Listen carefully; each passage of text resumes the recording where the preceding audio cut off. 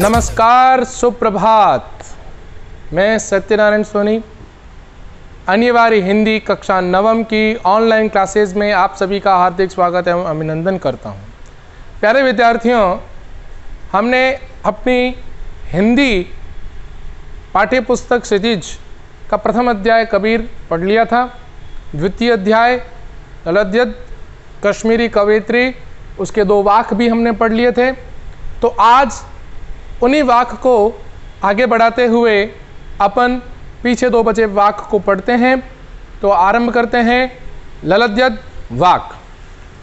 प्यारे विद्यार्थियों, जैसा कि हमने कहा था कि ये जो ललद्यद के वाक्य हैं वो वाक्य हिंदी साहित्य में कबीरदास, सूरदास, तुलसीदास के दोहों और बिहारी के जैसे दोहों और मीरा के जैसे दोहों के समान हैं।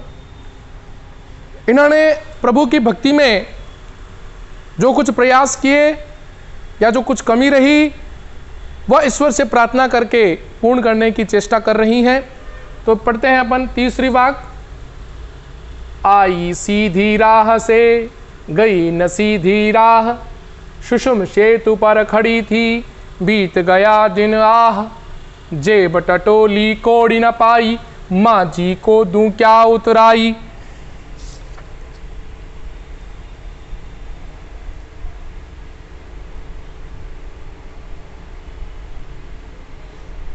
तो बच्चों, इस तीसरे वाक्य में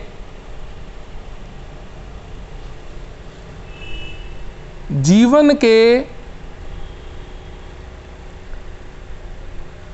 आत्मलोचन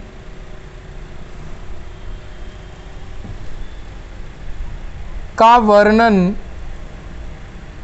किया है।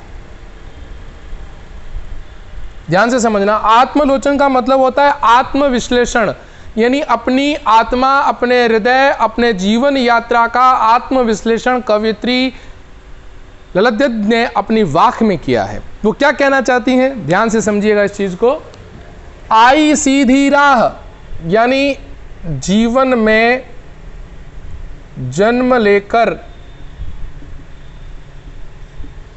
ईश्वर भक्ति रास्ते पर गई न सीधी राह, यानी जीवन के सांसारिक बंधनों में बंधा।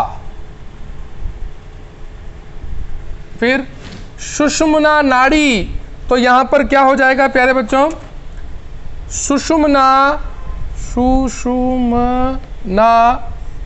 नाड़ी रूपी सेतु, सुषुम्ना नाड़ी रूपी सेतु यानी हठयोग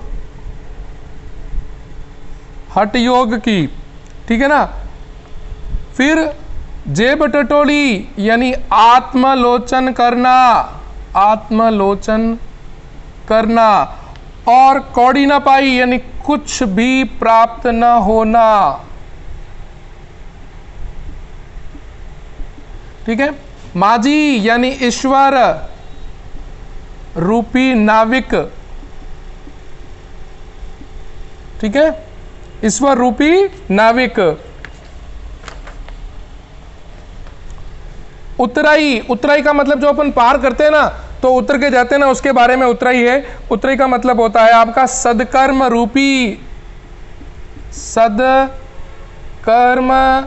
रूपी मेहनताना, ठीक है। अगला भी कर लेते हैं, इसकी शब्दार्थ लिख देते हैं। थल थल जगह जगह यानी सर्वत्र, ठीक है। शिव बसे यानी ईश्वर, भेद न पाए, भेद यानी उसमें अंतर, क्या हिंदू क्या मुस्लिम, ज्ञानी यानी सच्चा ज्ञानी व्यक्ति वही है जो स्वयं को जाने, स्वयं को जान सके, वही है साहिब से पहचान। प्यारे बच्चों, ध्यान से समझिएगा, अपना जो ये वाक्य है, इस वाक्य के अंतर्गत कवयित्री ललद्यद ने पहले तो अपने जीवन की आत्मलोचना यानी आत्मविश्लेषण का वर्णन किया।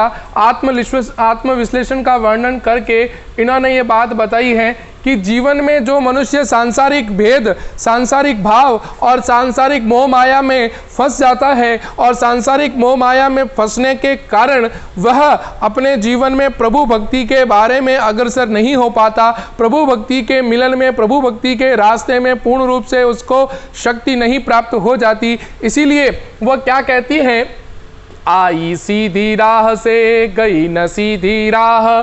क्या कही कि जिस जीवन रूपी पथ पर चलकर मैं सगुण परमात्मा उस सर्वत्र सर्वज्ञ ज्ञाता को मैं प्राप्त करना चाहती थी, उसे मिलना चाहती थी, जिस रास्ते पर चलकर मैं भक्ति के रास्ते पर चलकर मैं सगुण परमात्मा को प्राप्त करना चाहती हूँ, उस प्राप्त करने के लिए मैंने जो राह अपनाई, जो मैंने रास्ता अपनाया, वह रास्ता मेरे जीवन के सांसारिक बंधनों से बंधा था, मेरे जीवन के सांसारिक बंधनों से बंधा था। यानी क्या कहा कि मैं सगुण परमात्मा को प्राप्त करने के लिए इस जीवन में जन्म लेकर जिस भक्ति के रास्ते पर अग्रसर होकर मैं उस परमात्मा को प्राप्त करना चाहती थी, वह जीवन का रास्ता, वह जीवन का पथ सांसारिक बंधनों से बंधे होने के कारण, मोह माया लोभ के जाल में फंसने के कारण मेरा जीवन वहीं अटक गया। फिर वो क्या कहती है, फिर मैं इस बंधनों से मुक्त होकर आगे निरंतर अग्रसर हुई, तब सुषुम्ना सेतु पर खड़ी थी। उस समय में सुषुम्ना नाड़ी रूपी सेतु, सुषुम्ना नाड़ी एक हठ योग की एक मतलब सुषुम्ना नाड़ी की एक शाखा है और वो है हठ योग, ज्ञान योग, योग साधना। तो मैंने हठ योग का सहारा लेकर सुषुम्ना नाड़ी रूपी सेतु पर अपनी आराधना कर, अपना योग साधना करके मैंने स्वामी को पाने की क्या की, चेष्टा की, प्रयास किए। बीत गया दिन आह, और हठ योग पर अपने जिद्द भाव से उस सांसारिक बंधनों में रत रहकर भी मैंने जो प्रभु भक्ति में उस सुषुम्ना नाड़ी रूपी सेतु पर आधारित होकर जो ईश्वर की भक्ति की, वह समय रहते मुझे ईश्वर का क्या नहीं मिला, साक्षात्कार नहीं हुआ। फिर वो कहती है कि जब इस संसार रूपी सागर पर, कवयित्री ललित कहती है कि इस संसार रूपी सागर पर जब मुझे प्रभु रूपी नाविक मिला, प्रभु यानी ईश्वर रूपी क्या मिला, नाविक मिला, और उस ईश्वर रूपी नाविक ने मेरी सहायता करके इस संसार रूपी सागर से मेरी जीवन की नैया को पार लगाने की चेष्टा की। और जब मैं इस संसार रूपी सागर से पार हो गई, तब मैंने अपने जीवन का आत्मलोचन किया, तब मैंने अपने जीवन का आत्मविश्लेषण किया, तो मैंने मेरे जीवन में कुछ भी प्राप्त हासिल या उपलब्धि हासिल नहीं की। मैंने ऐसी कोई भी विशिष्ट उपलब्धि हासिल नहीं की, या मेरे पास ऐसा कुछ भी नहीं था कि जिसके ऊपर मैं गर्व कर सकूं। माझी को दूं, माझी मतलब ईश्वर रूपी नाविक को उस सदकर्म रूपी मेहनताने के रूप में, जिस सदकर्म रूपी मेहनताने से उस ईश्वर रूपी नाविक ने, माझी ने, खेवक ने, जिसने मुझे संसार रूपी सागर से पार लगाया है, मेरा सहायता की है, ईश्वर से एकाकार करने के लिए मेरी सहायता की, ऐसे ईश्वर को जब मैं मेहनताने के रूप में, उतराई के रूप में कुछ देने की सोची, तो मैंने मेरी जेब को खाली पाया, अर्थात मैंने जीवन को खाली पाया। मैंने जीवन में ऐसा कुछ विशेष हासिल नहीं किया जो मैं प्रभु के चरणों में अर्पित कर सकूं। एक बार वापस पढ़ लेता हूं, ध्यान से सुनिएगा, समझिएगा। कवयित्री ललित कहती हैं कि मैं प्रभु उस परमात्मा को प्राप्त करने के लिए संसार में जन्म तो लिया, और उस जीवन रूपी पथ पर चलकर मैं सांसारिक मोह माया बंधन के बंधनों में बंध गई थी, जिससे मुझे मेरे प्रभु स्वामी का एकाकार नहीं हुआ। उस समय जब मैंने सुषुम्ना नाड़ी रूपी सेतु का सहारा लिया और जिस पर हठ योग, आत्मयोग के माध्यम से मैंने प्रभु भक्ति करनी चाहिए, लेकिन इतना रहते रहते मेरा जीवन बीत गया। उस समय मुझे प्रभु रूपी नाविक मिला, प्रभु रूपी नाविक केवट मिला, और उस प्रभु रूपी केवट ने जब मुझे इस संसार रूपी सागर से, उस स्वविवेक के भावनाओं से इस संसार से पार लगाया, तब मैंने उसके सत्कर्म रूपी मेहनताने के लिए जब मैंने अपने जीवन की जेब को टटोली तो मैंने मेरे जीवन में ऐसा कुछ भी नहीं पाया, ऐसा विशिष्ट तथ्य मैंने हासिल नहीं किया कि मैं ईश्वर को सत्कर्म रूपी मेहनताना दे सकूं, क्योंकि मैंने जीवन में कुछ ऐसा विशिष्ट हासिल किया ही नहीं था। तो मैं उस माझी को क्या दूं, क्या उसको उत्तराई दूं? इसलिए मनुष्य को पहले अपने जीवन के आत्मा का शोधन करना चाहिए, आत्मविश्लेषण करना चाहिए, अपने जीवन से वो सारे विषय वासना मोह विकार और सांसारिक बंधनों से उसे मुक्त होना चाहिए, तभी उसे ईश्वर की क्या होती है प्यारे बच्चों? प्राप्ति होती है। तो ये थी पहली तीसरी वाक्य। चौथी वाक्य में कवित्री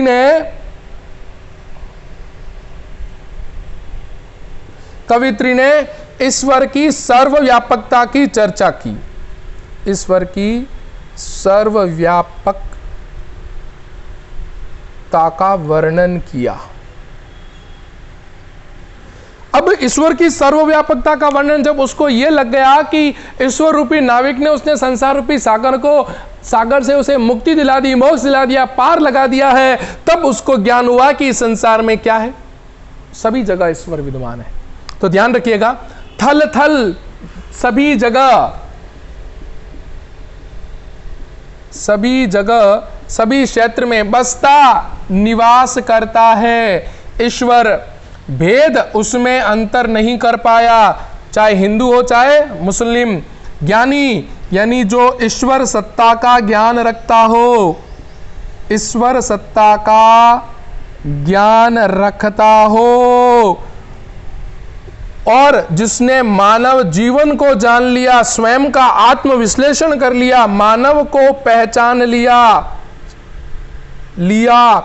वही साहिब, वही ईश्वर को पहचान सकता है, ईश्वर से मिलन कर सकता है, ईश्वर से साक्षात्कार कर सकता है। समझिएगा, थल थल में बसता है शिव।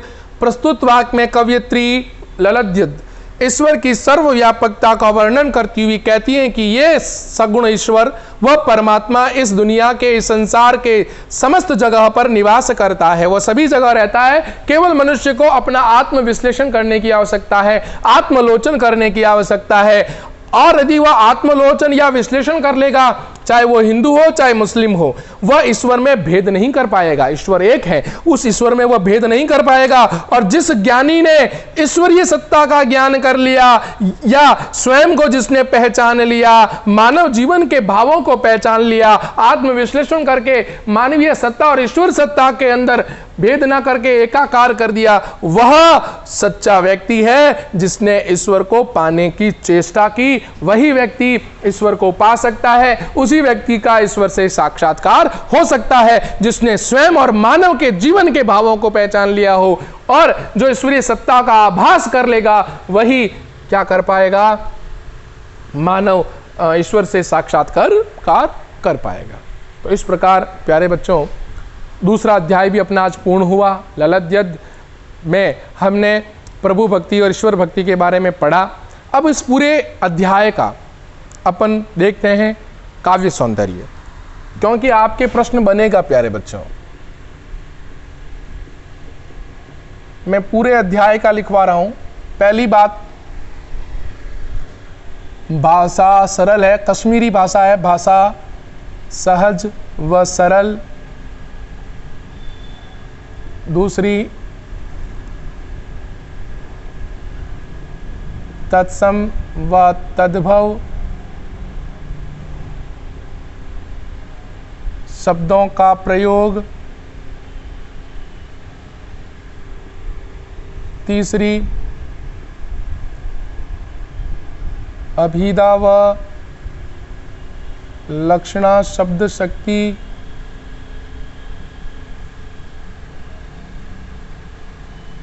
का प्रयोग। चौथी बात, अनुप्रास, उपमा, रूपक, अलंकार का प्रयोग।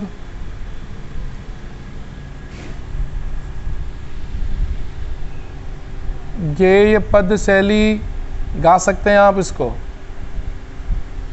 तो बच्चों, ये थी अपना काव्य सौंदर्य ललित का जो हमने 4 वाक पढ़े।